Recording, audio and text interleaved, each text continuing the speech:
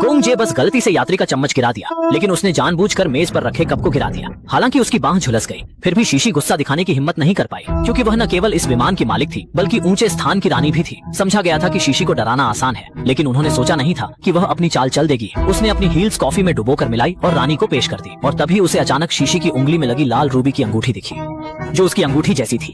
रानी गुस्से में आग बबूला हो गई और उसने अंगूठी को जमीन पर फेंक दिया, मगर वह उसे नुकसान नहीं पहुंचाती क्योंकि उसके सिद्धांत अटल हैं।